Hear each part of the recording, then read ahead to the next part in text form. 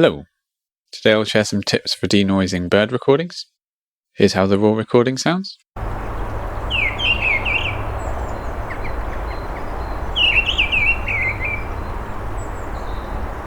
So the main bird we've got here is a missile thrush.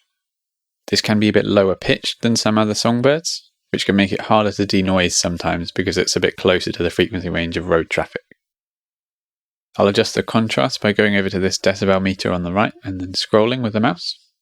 This helps us see the more subtle details more clearly.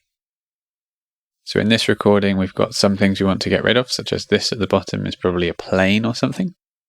And there's a fair amount of road traffic noise, and there's some other birdsong not coming from the missile thrush.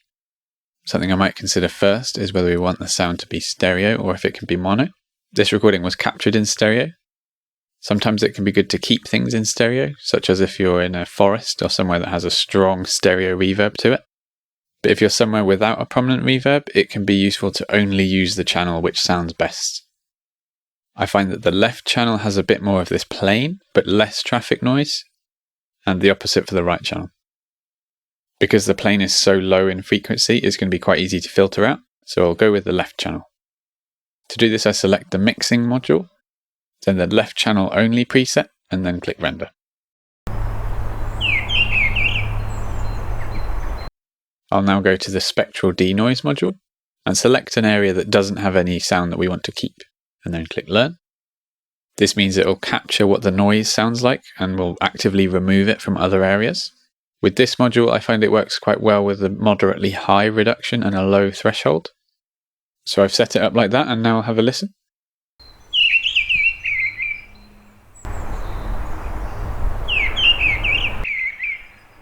That's sounding quite good, so I'll render it. The missile thrush doesn't have any frequency content below around 1.5K. I'll select the horizontal frequency selection tool and select the very low area and silence that, which I have assigned to Shift S. And for the frequencies that are a bit closer to the bird's frequency range, I'll use the EQ. So here I'll apply a high pass filter. I'll set this to a frequency that's a little bit below the sound of the missile thrush, and then render. Then I'll have a listen to how that sounds. I'll now normalize this so it's at a volume that's a bit more practical to work with. I'll now try and remove some of the other bird song that we don't want. I like to use instant processing with the attenuate module to do this generally. This means we can just select a sound we want to remove and it often will work. Sometimes you might need to use other modules such as the gain or the replace mode.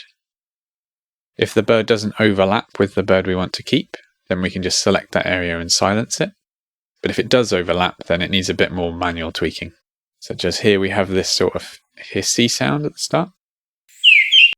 I don't think that's the missile thrush, so I'm going to attenuate that. I'll use the instant process gain for some of this, which I have set to -3 dB. With this call here, it overlaps a bit more with the great tit.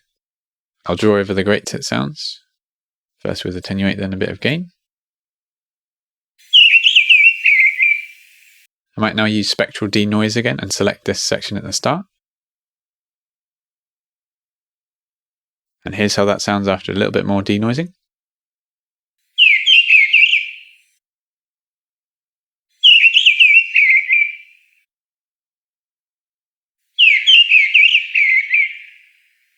I'm quite happy with how that sounds now, so I'll stop there.